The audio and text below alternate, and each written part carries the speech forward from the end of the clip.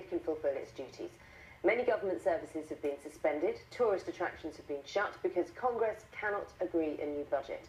More than 700,000 state employees are facing unpaid leave. Regina Vajianathan reports. Maisie Yang and her newborn baby are still being fed, but there aren't any visitors to see them. America's National Zoo is closed, one of the casualties of the government shutdown. More than 700,000 federal employees face another day without work and without pay as it continues. That means staying at home for Peter Gamber, who works for the Treasury Department and lives in West Virginia. Like so many others, he's frustrated he can't do his job and is worried about the loss of income. For whatever reason that I cannot fathom, you're asking me again to give up my pay and give up service to the American public. It's a nightmare for me financially. Actually, it causes me a lot of anxiety and stress. I don't sleep well at night. Across America, many tourist attractions have been closed. The barricades are up here at Washington's Lincoln Memorial. But one building is very much open for business, the US Capitol. And it's up to lawmakers there to come to an agreement and end the shutdown. It's a political face-off, with Republicans in the House of Representatives saying they'll only pass a budget if President Obama's plans to ensure all Americans have access to affordable health care are delayed. Democrats say no to that, and so the stalemate and shutdown continues. Congress doesn't just have to end this shutdown and reopen the government. Congress generally has to stop governing by crisis. They have to break this habit. It is a drag on the economy. It is not worthy of this country. Our country has big problems. Today, our government has big problems. The only way these problems are going to be resolved if we sit down amicably and keep the American people in mind and come to an agreement. For now, much of the US government's closed for business, but for how long? Well, that's in the hands of the politicians, and even they don't seem to have the answer. Regina Vaidyanathan, BBC News, Washington. Let's talk to Tom Schmidt, who's Chief Executive of OnBoard Sightseeing Tours in Washington. He's in Houston, Texas at the moment. Tom, really good to have you on the programme. Thanks very much for agreeing to talk to us.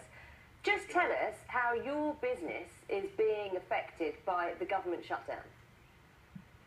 Well, OnBoard offers sightseeing tours in both New York City and Washington, D.C., and as I'm sure your viewers know, both cities have been affected by the shutdown. So in New York, the Statue of Liberty is closed.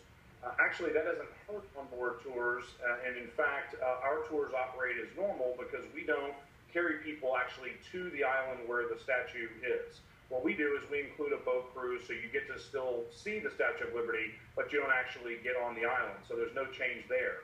In Washington, D.C., on the other hand, the monuments themselves being closed dramatically affects our tours, and as a result, we have fewer people taking the tours every day.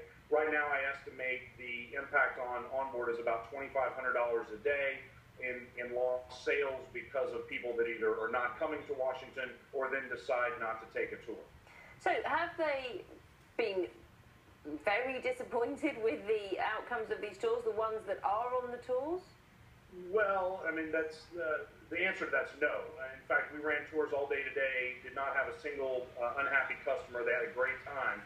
That's all to the credit of the tour guides who are used to things being closed unexpectedly and have to adjust on the fly and adjust the itinerary. So we visit other attractions. We find the best ways to get views of the Lincoln Memorial and make sure that people have a fantastic experience.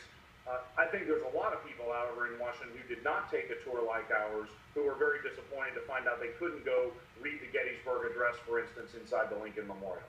Tom, as well as a businessman, you are an American citizen. What do you make of what is going on in the echelons of government? Well, the shutdown is obviously unfortunate. The fighting and the polarization that's going on in Washington is unfortunate. I heard Barack Obama say something today about how Congress has got to stop governing by crisis, and I couldn't agree more with that statement. But as people all over the world know, governments have to do crazy things from time to time. The folks who are in this battle on Capitol Hill. Obviously, both sides believe very strongly in their positions, and you know, our view of the world is, you know, it'll turn out okay. The right thing will ultimately happen, and the government will reopen and get back to business. OnBoard's job in the meantime is just to make sure that we provide a fantastic experience for those people who visit our cities during this time. Tom, you stay optimistic. It's really good to hear from you and get your insights. Tom Schmidt there, Chief Executive of OnBoard Sightseeing Tours. Thank you, Naga. So, it's obvious how politics is affecting business.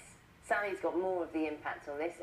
We just heard there, someone whose business is $2,500 a day. He That's could right. potentially be hit. And if this shutdown lasts for some length of time, for Tom and many other businesses like him, it's going to get tougher and tougher. Their bottom lines will be affected. So you're hearing about this political brinkmanship from the United States, also in Europe. It's reminding global markets and investors that there are still major hurdles to overcome, and if they're not, this could have serious ramifications for the economic recovery in the US, the Eurozone debt crisis, and therefore, in turn, financial markets and investments will start to react. In Rome, the political stakes are high, as Italian Prime Minister